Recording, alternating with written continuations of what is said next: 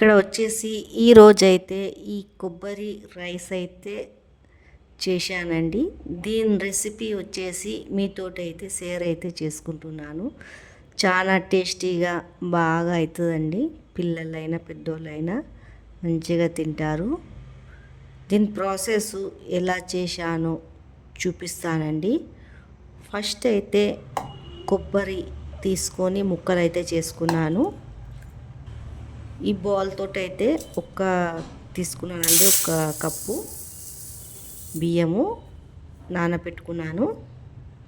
తర్వాత ఫస్ట్ అయితే కుక్కర్లో నూనె అయితే పోసుకోవాలండి. ఆయిల్ వేసుకున్నాను. తర్వాత ఒక ఆనియన్ అయితే పోసుకున్నానండి. తరిగి పెట్టుకున్న ఆనియన్ పోసుకోవాలి. దీనిలో ఆనియన్ అయితే రెడ్గా ఫ్రై అయితే చేసుకోవాలా. ఆనియన్ పచ్చిగా ఉంటుంది. రెడ్గా ఫ్రై చేసుకుంటూనే అప్పుడే ఈ కొబ్బరి అన్నం అనేది టేస్ట్ వస్తుంది. ఇలా రెడ్గా అయిపోవాలా. కొద్దిగా అల్లం పేస్ట్ వేసుకున్నాను. అల్లం పేస్ట్ పచ్చి వాసన పోయే వరకైతే వేపుకోవాలా.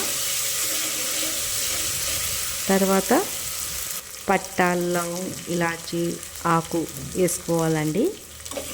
వేసుకున్నాక ఇది కూడా పచ్చి వాసన పోయే వరకు ఫ్రై చేసుకోవాలా.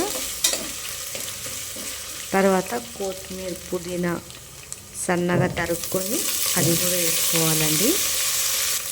వేసుకున్నాక కొద్దిగా అది కూడా పచ్చి వాసన పోయే వరకు వేసుకోవాలా బాగా.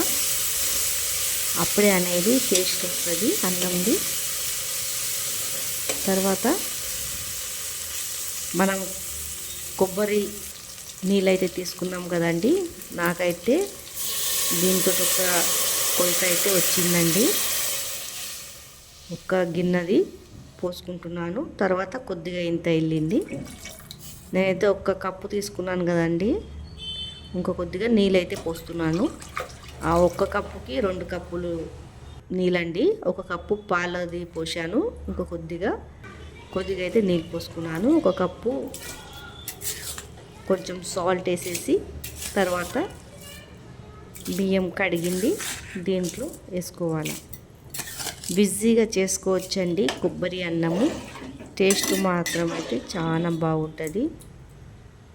చూడండి. ఇప్పుడేమో కుక్కర్కి అయితే మూత అయితే పెట్టేయాలండి. ఒకసారి తిప్పి 2 విజిల్ రాగానే తీసేయాలి.